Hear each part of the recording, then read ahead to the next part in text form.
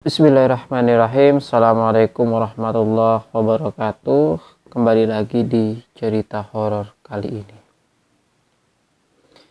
Jadi Nila ini berasal dari Kabupaten Semarang, dan pengalaman mistis yang dibagikan Nila ini, kejadiannya itu pada saat Nila masih anak-anak. Kira-kira waktu itu usia Nila ini masih sekitar 8 atau 9 tahun. Lah, waktu itu Nila tinggal bersama keluarganya di sebuah desa di Kabupaten Semarang. Kebetulan rumah Nila ini dekat banget dengan pemakaman umum dari rumahnya. Dan menuju ke makam itu jaraknya sekitar 50 meteran. Sebenarnya ada banyak kejadian mistis yang dialami oleh warga sekitar, dan bukan hanya tetangga-tetangga Nila yang pernah mengalami kejadian mistis ini. Tapi keluarga Nila sendiri juga pernah mengalami.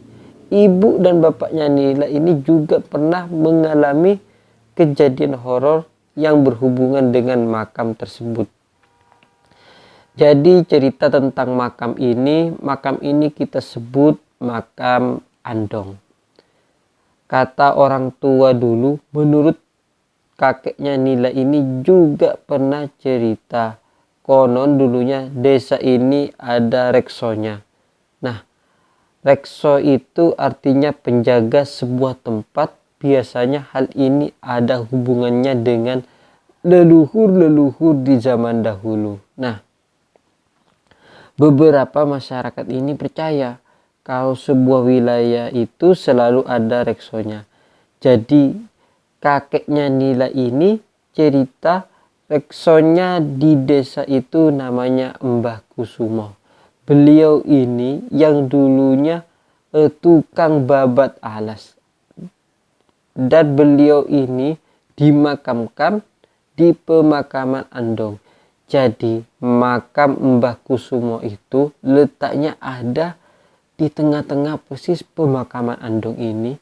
Dan makam beliau itu dikelilingi pohon-pohon besar. Ketika warga desa misalnya mau mengadakan sebuah hajatan seperti halnya merti dusun, sandranan, dan lain sebagainya, biasanya warga desa itu akan menggelar bersama di makam tersebut. Mereka itu selalu minta izin lebih dulu kepada leluhur desanya. Tujuannya untuk penghormatan lah kepada leluhur, dan sekaligus izin kepada mereka yang babat alas desa tersebut.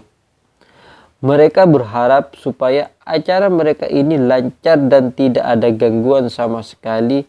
Dan setiap kali menggelar acara bersama di tengah-tengah makam itu, kelihatannya itu kayak seram. Dan banyak hal yang masuk akal yang sering terjadi di sana. Entah itu tiba-tiba ada angin kenceng, entah ada suara yang menyeramkan, yang tidak juga tahu asalnya suara ini dari mana. Selalu seperti itu. Nah, meskipun sering ada gangguan seram semacam ini, tapi doa bersama ini tetap digelar bersama warga desa. Benar-benar melaksanakan acara hajatan-hajatan itu. Jadi keangkeran dari makam Andong ini sudah terkenal di mana-mana. Bahkan yang bukan desa ini pun juga sudah tahu tentang keangkeran. Apalagi pada zaman-zaman itu, ya kita tahu tidak seperti sekarang lah. Penduduknya itu juga masih sangat sedikit, penerangan atau lampu-lampu itu juga minim. Sekali kalaupun ada lampu jalan itu paling cuma di beberapa titik. Sedangkan untuk makam dan di sekitar makam ini tidak ada penerangan sama sekali. Nah, ada peristiwa mistis yang terjadi di desa ini, dan kisahnya ini dialami oleh sepupunya Nila.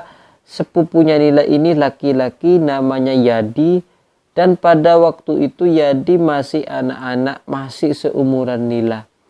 Jadi ceritanya Yadi ini dan ibunya ini baru pulang dari acara pengajian di rumah saudaranya. Biasanya warga desa di masa-masa itu ketika ada undangan pengajian maupun acara hajatan, mereka ini datang ke sana dengan jalan kaki. Zaman itu belum banyak transportasi seperti sekarang. Ya, adik ini jalan kaki bersama ibunya menuju ke rumah saudaranya. Pas mereka berangkat sore hari, mereka tentu melewati makam Andong ini, dan kejadiannya itu biasa, tidak ada kejadian apapun di sore itu. Yadi juga jalan tanpa digendong ibunya. Singkatnya, setelah acara pengajian ini usai, Yadi pulang bersama ibunya kira-kira waktu itu sekitar jam 10 malam. Di tengah jalan Yadi itu merasa capek. Dia bilang ke ibunya, "Mak, gendong mak." Jadi Yadi memang manggil ibunya itu emak. Terus dia bilang, "Mak, ya gendong mak, ayo mak gendong." Nah, ibunya ini pun akhirnya gendong Yadi persis di punggung. Terus mereka lanjut perjalanan malam itu. Situasinya ini gerimis tapi tidak terlalu deras. Dan kondisi listrik juga mati. Dari sore jalannya itu benar-benar gelap. Apalagi ibunya Yadi ini juga tidak bawa penerangan apapun. Terus mulailah mereka ini dekat dengan makam Andong. Jalan itu semakin dipercepat oleh Yadi dan ibunya. Karena kondisi itu benar-benar gelap, listrik juga padam. Apalagi cuaca itu juga gerimis tipis. Yadi dan ibunya ini pas jalan mendekati makam, tiba-tiba Yadi itu ngomong ke ibunya, "Mak, gak usah lewat kuburan mak, aku wedi mak." Yadi ini bilang, "Bu, tidak usah lewat makam bu, Yadi takut bu." Tapi maknya bilang, "Sudahlah le, wong jalan ya paling cepat itu ya lewat makam ini. Apalagi ini gerimis, sebentar lagi hujan nanti tambah deras. Gimana? Sudah tidak usah takut, kan ada ibu." Nah, dari situ Yadi diam. Nah, ibunya Yadi ini waktu itu jalan mengikuti jalan setapak yang ada di dekat makam Andong. Yang jalan ini mengarahkan menuju ke jalan dan desa dekat sekali dengan rumahnya Nila. Nah, tiba-tiba muncul kelihatan cahaya-cahaya. Cahaya itu dan petirnya terus disertai dengan suara petir. Bersamaan dengan itu ibunya Yadi ini tiba-tiba ngelihat di depan persis itu ada bangunan-bangunan yang mirip banget dengan perumahan. Bangunan itu tinggi-tinggi, kira-kira seperti itu, rumah dengan 2 lantai dan bangunannya ini bercat putih bersih. Pokoknya bagus banget lah waktu itu. Zaman itu rumah-rumah di desa kebanyakan masih berdinding kayu, tapi rumah-rumah ini yang dilihat oleh ibunya Yadi ini bangunannya bagus, putih semua. Terus beliau melihat di depan bangunan rumah bercat putih itu banyak andong yang berjajar di sana. Beliau juga melihat suasana di perumahan ini kok ramai banget. Jadi di situ banyak anak-anak kecil yang bermain. Mereka berlari-larian ke sana kemari sambil ketawa-ketawa. Nah, di sini ibunya Yadi ini sempat heran, loh, ini aku nyasar di mana kok ada perumahan bagus-bagus kayak gini. Jadi beliau ini sempat diam sejenak, tidak melanjutkan jalan. Beliau diam di situ, beliau pandang lagi perumahan-perumahan ini dengan takjubnya sambil melihat suasana yang begitu ramai di sana. Nah, pas beliau ini lagi diam memandangi rumah-rumah itu, tiba-tiba Yadi ini nangis. Dia yang waktu itu digendong oleh ibunya, Yadi nangis. Dan Yadi ini nangis sampai menjerit-jerit ketakutan. Yadi ini teriak kencang, "Mak, ayo balik, mak, ayo balik. Ayo balik." Nah, bilang, "Mak, ayo pulang, mak, ayo pulang, mak. Di sana banyak setan, mak." Sambil dia nangis, sambil jerit-jerit. Tapi ibunya ini malah heran. Dia ngelihat ke arah perumahan itu memang tidak ada apa-apa. Tidak ada setan yang dimaksud oleh Yadi. Tapi Yadi ini terus menjerit ketakutan dan terus minta pulang. Dan sampai saat itu Yadi ini masih menangis tidak berhenti-henti di samping ibunya Yadi. Yadi masih bingung beliau ini ada di mana. Di satu sisi lain Yadi terus-terusan menangis dan minta pulang. Nah, waktu itu mungkin saking takutnya si Yadi ini dia teriak kencang sampai si Yadi ini gigit punggung ibunya. Nah, pada waktu itulah ibu Yadi ini kaget dan kesakitan karena gigitan Yadi tadi terus muncul lagi, kelihatan petir disertai dengan suara gemuruh. Nah,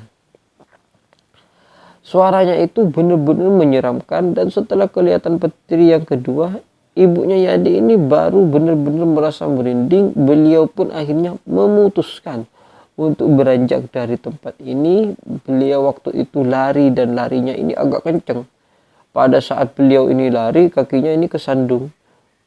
Terus mereka berdua, Yadi dan ibunya ini jatuh. Di situ pada saat mereka jatuh, inilah Yadi ini nangisnya malah semakin kencang. Dia teriak-teriak histeris, mak setan, mak. Melayu, mak, ayo melayu. Seketika itu juga ibunya Yadi melihat di sekeliling ini ternyata pemakaman dan ternyata tadinya beliau ini kesandung batu nisan. Barulah ibunya Yadi ini sadar bahwa beliau dan Yadi ini ternyata ada di dalam pemakaman Andong. Tidak tahu gimana ceritanya, tiba-tiba mereka berdua nyasar di dalam pemakaman Andong ini. Pas ibunya Yadi ini berusaha berdiri dan berusaha gendong Yadi lagi di atas beliau. Persis ini tepatnya di pohon-pohon itu terlihat banyak banget sosok kuntilanak. Jadi kuntilanak ini duduk sambil ngelihat ke arah ibunya Yadi.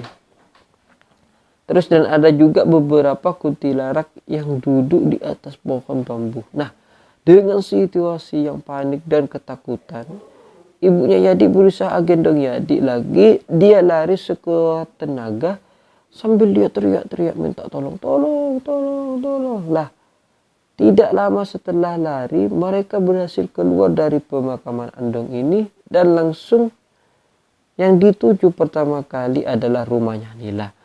Karena rumahnya Nila ini dekat banget dengan pemakaman Andong tersebut. Langsunglah ibunya ini ketuk pintu rumahnya ini kenceng banget, tolong.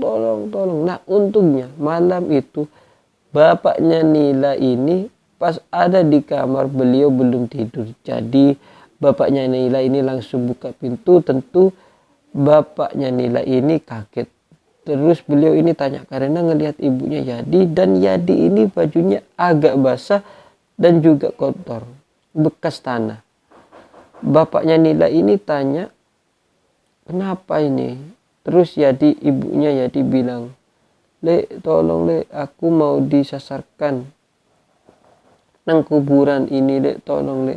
Jadi beliau sampai bahwa beliau ini ditakutin hantu di dalam kuburan tersebut. Akhirnya bapaknya Nila ini bilang, ya wes sini masuk dululah. Setelah Yadi dan ibunya masuk ke dalam rumah Nila, beliau cerita semua bapaknya Nila ini. Dan setelah mendengar cerita ini dari ibunya Yadi, barulah bapaknya Nila ini menyarankan supaya Yadi dan ibunya nginap di rumah Nila lebih dulu, besok pagi baru pulang. Nah, singkatnya Yadi dan ibunya pun nginap di rumah Nila. Nah, keesokan harinya cerita Yadi dan ibunya ini yang waktu diperlihatkan di perumahan mewah itu di kuburan Andong ini mulai menyebar, dan terutama cerita ini menyebar ke penduduk desa. Peristiwa horor lainnya yang dialami oleh tetangga Nila ini kita sebut namanya Bu Siti. Jadi Bu Siti ini teman-teman beliau itu kerjanya di sebuah pabrik tidak jauh dari sana. Malam itu Bu Siti ini ada lemburan dari pabrik. Biasanya Bu Siti ini selalu dijemput oleh suaminya.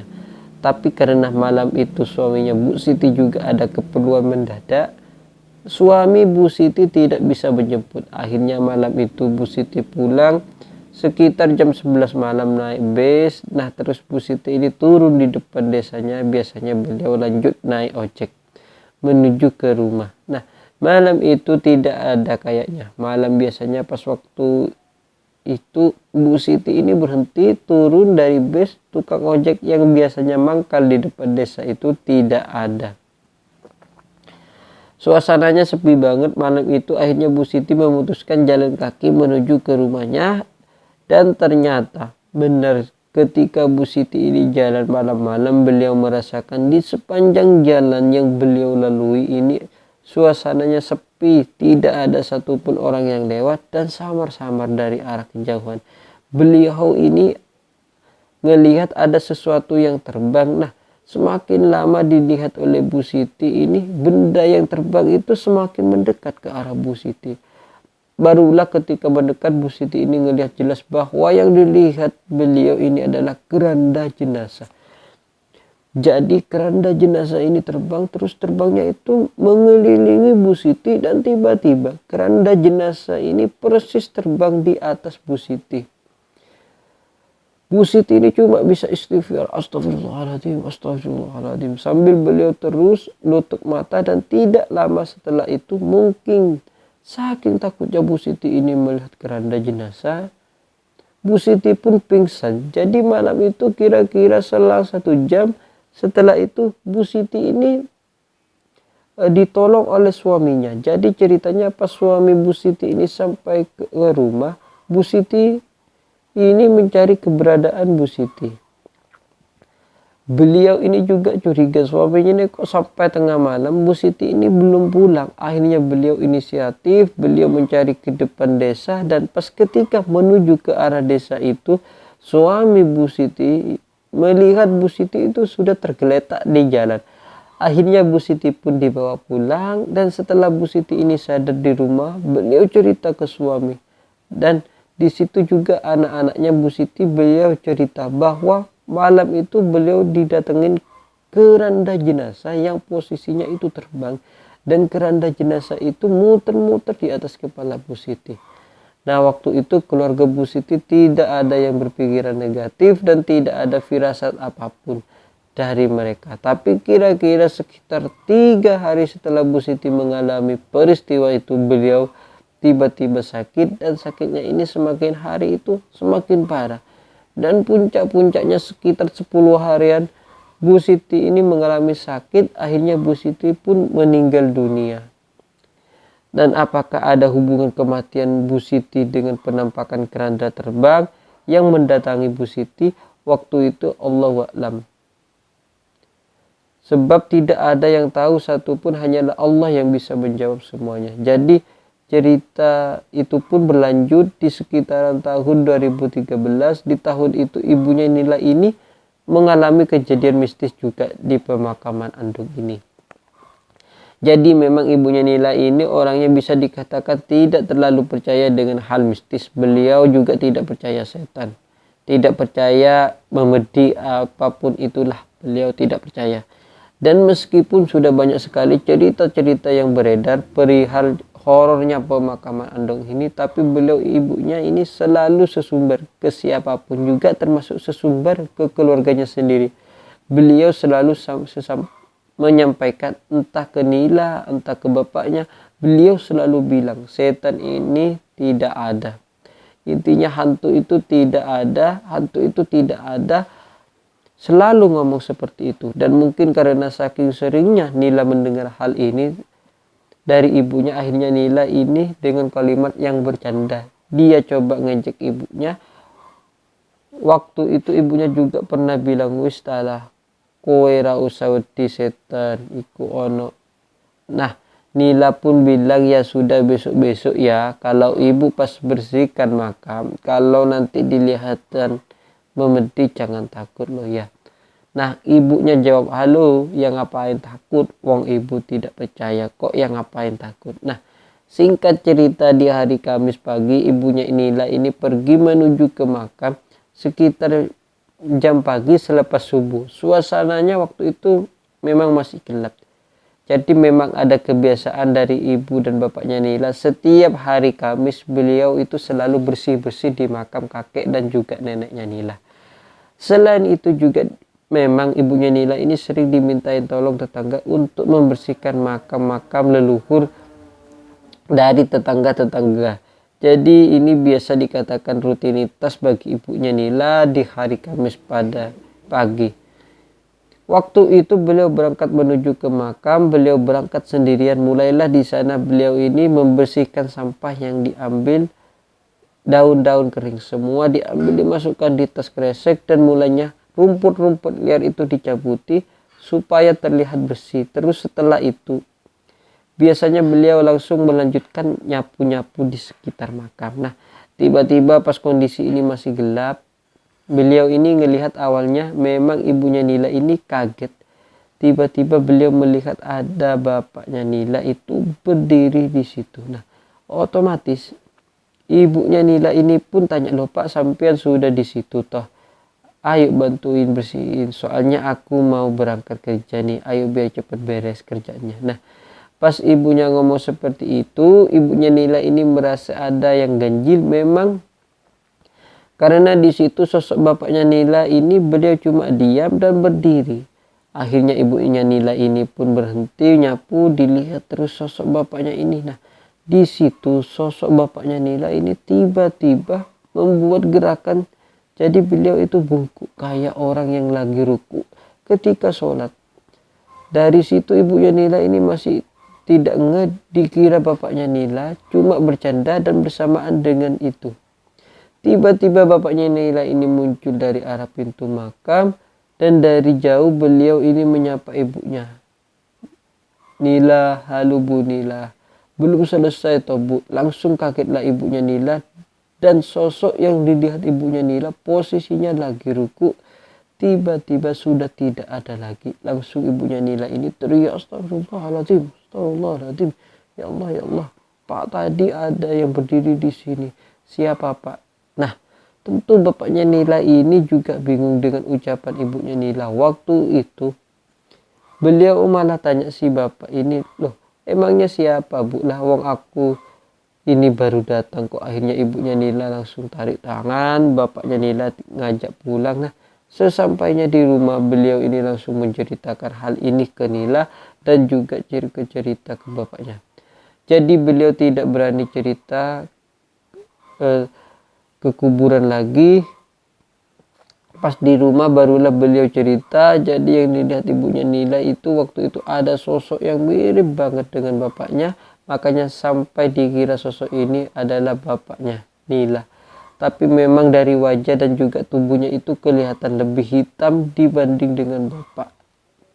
Dan sosok ini itu melakukan gerakan yang aneh. Beliau itu berdiri terus kemudian ruku. Nah, setelah itu ibunya Nila ini cerita pengalaman horornya ini. Dan waktu itu Nila malah ketawa, bapaknya pun juga ketawain ibunya. Dan mereka akhirnya bilang ke ibunya, "Loh, kan ibu sekarang ibu percaya kan kalau demit itu ada." Ibunya waktu itu cuma diam. Jadi beliau itu ngerasa malu. Dan semenjak kejadian itu, setiap kali mau membersihkan makam di hari Kamis, Nila ini gak mau sendirian. Meskipun di pagi hari beliau selalu minta tolong diemin bapaknya Nila sampai selesai. Jadi kayaknya ibunya Nila ini sempat trauma waktu itu, dan kejadian itu ibunya ini jadi percaya dengan hal gaib. Nah, kisah selanjutnya dialami oleh Nila sendiri.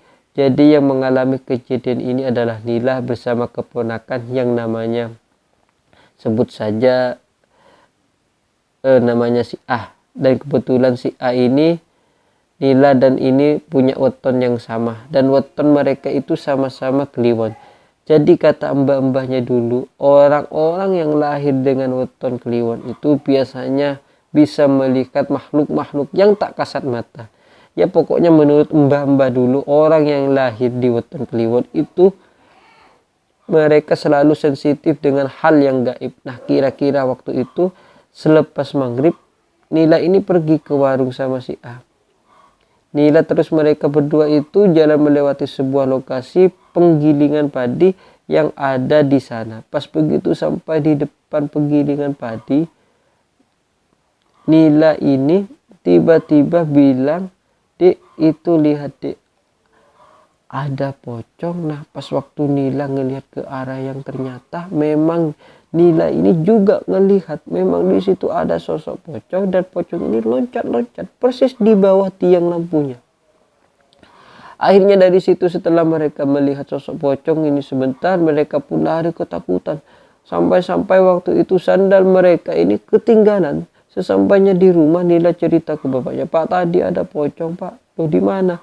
"Di situ loh, Pak, dekat penggilingan padi, persis di bawahnya tiang lampu." Akhirnya dari sinilah Nila itu dapat cerita dari bapaknya. Ternyata bapaknya ini bilang bahwa pocong yang dilihat Nila yang waktu itu ada di bawah lampu itu memang dulu tiang lampu besi ini dibuat dari bekas keranda jenazah yang sudah tidak kepakai. Jadi istilah itu didaur ulang oleh warga, dan keranda jenazah yang sudah rusak kondisinya diganti dengan baru. Dan keranda jenazah yang lama ini besi-besinya itu difungsikan untuk tiang listrik. Jadi bapaknya Nila juga cerita bahwa di gudang belakang penggilingan padi itu ada sebuah gudang kecil, dan gudang itulah yang tersimpan peralatan seperti cangkul, pokoknya peralatan yang biasanya digunakan untuk menggali makam. Ketika ada yang meninggal, nah menurut warga sekitar biasanya sering ada suara berisik yang terdengar dari gudang itu. Tiba-tiba ada suara besi yang dipukul, dan juga tiba-tiba ada suara benda-benda kayu yang dipukul. Nah, ternyata suara-suara ini kayak semacam pertanda bahwa tidak lama lagi akan warga meninggal. Seringkali terjadi seperti itu, ada suara berisik yang terdengar dari gudang. Ini selalu sehari setelah atau 2 hari setelah ini pasti ada orang yang meninggal. Dan memang kebetulan gudang ini letaknya ada persis di dekat pemakaman Andong. Nah, kisah ini berlanjut di tahun 2023. Waktu itu Nila sudah menikah. Nila pun juga sudah menikah di tahun 2003. Yang mengalami kejadian horor ini adalah suaminya Nila, adalah Anjar. Nah, Anjar dan Lina ini tinggal di rumah orang tuanya. Lina ini kebetulan rumah orang tuanya Lina ini bersebelahan dengan rumahnya Nila. Malam itu sekitar jam dini hari, Anjar baru pulang. Sampai di depan rumah mesin motor mati. Dia turun dari motor mau buka pintu rumah dulu karena motornya mau dimasukkan dalam rumah terus. Setelah pintu rumah dibuka, Anjar pun nonton motornya, dia mau masukkan motor ke dalam rumah. Nah, pas mau masukkan motor, inilah Anjar itu ngelihat di samping rumah Nila ini ada sosok nenek. Sosok nenek ini berdiri, terus di neneknya itu diam. Terus di situ sosok nenek ini pakai baju kebaya kuno, warnanya itu juga sudah kusem, rambutnya ini acak-acakan, dan raut wajahnya ini kayak keriput. Kaget ngelihat terus ke arah nenek ini. Tiba-tiba sosok nenek ini ngelambaikan tangan ke arah Anjar. Langsunglah Anjar ini masuk ke dalam rumah, dan motornya ini belum sempat dimasukkan, ditinggal di luar. Yang tidak lama setelah peristiwa horor yang dialami Anjar, giliran waktu suami Nila yang mengalami. Jadi waktu itu Nila tinggal itu di rumah mertua bersama suaminya, dan setiap seminggu sekali mereka berdua itu menyempatkan mudik ke rumah orang tuanya Nila. Malam itu kebetulan di rumah Nila ini habis ada orang yang meninggal, dan meninggal ini adalah seorang perempuan dan posisinya lagi hamil. Nah, pas tengah malam waktu itu mereka ada di rumah suami Nila, tiba-tiba mendengar kok ada orang yang menangis. Ada perempuan yang nangis. Awalnya suami Nila ini mengabaikan suara tangisan itu. Dia tetap main HP. Terus ternyata suara tangisan perempuan ini muncul lagi. Suaranya itu kadang jauh, kadang dekat, tiba-tiba mendekat. Lama-lama suami Nila ini merasa terganggu juga. Dia letakkan HP-nya, dia pun keluar di rumah. Dia cari di luar rumah itu. Dia coba mendengar secara seksama lagi. Ternyata ada suara tangisan perempuan ini sudah tidak terdengar lagi. Terus dia masuk ke rumah. Dia lanjutkan mainan HP. Nah, di dalam rumah dia mendengar lagi suara tangisan perempuan ini, dan suara tangisan perempuan ini terus terdengar semalam. Sampai-sampai suami Nila ini mengabaikan suara itu, dan baru suara perempuan yang nangis ini benar-benar tidak terdengar lagi ketika azan subuh berkumandang. Jadi menurut cerita beberapa tetangga Nila di sana, memang di makam itu kadang sering ngasih tanda ketika ada orang yang mau meninggal.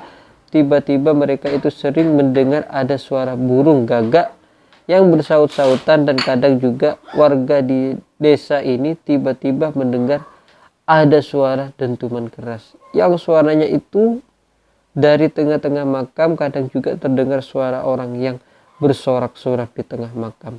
Padahal pas mereka waktu itu ingin membuktikan dengan cara menuju ke makam, ternyata di makam itu benar tidak ada apapun. Benar-benar situasinya sepi dan gelap. Padahal baru saja mereka mendengar ada suara yang bersorak-sorak di situ. Jadi inilah rangkaian-rangkaian atau peristiwa-peristiwa mistis yang sering terjadi di makam Andong. Terima kasih, semoga cerita ini bisa menghibur teman-teman dan bisa menjadi pengalaman teman-teman. Assalamualaikum warahmatullahi wabarakatuh.